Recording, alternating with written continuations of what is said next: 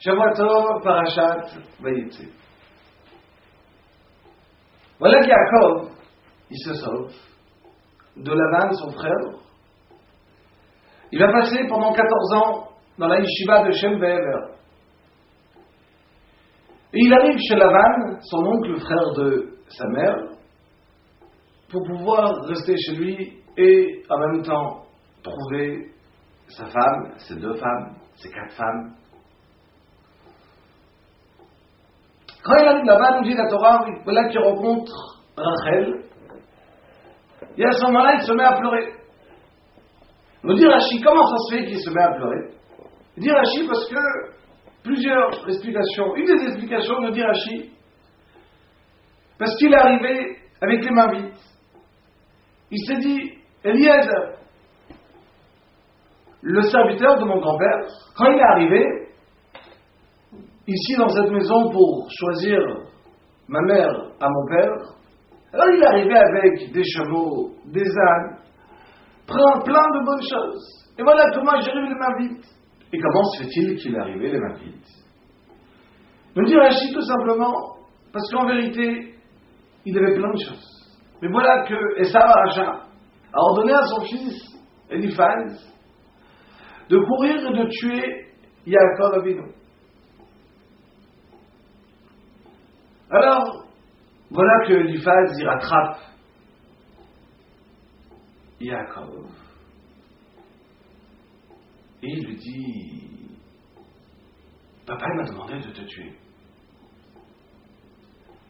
Mais Eliphaz était un Talmid Chacham. Eliphaz avait étudié chez Yitzhak Avinu. Alors, Eliphaz ne sait pas quoi faire.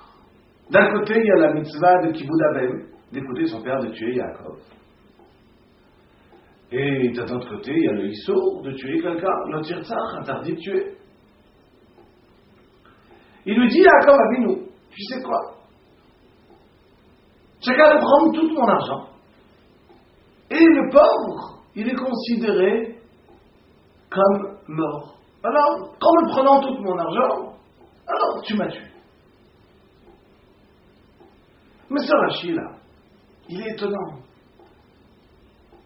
Est-ce que Eliphaz qui étudie à la yeshiva chez Yitzhak, il ne sait pas qu'il n'y a pas de kibud avim, il n'y a pas d'honorer son père et sa mère quand il va lui demander de partir faire une avera, de tuer Yaakov?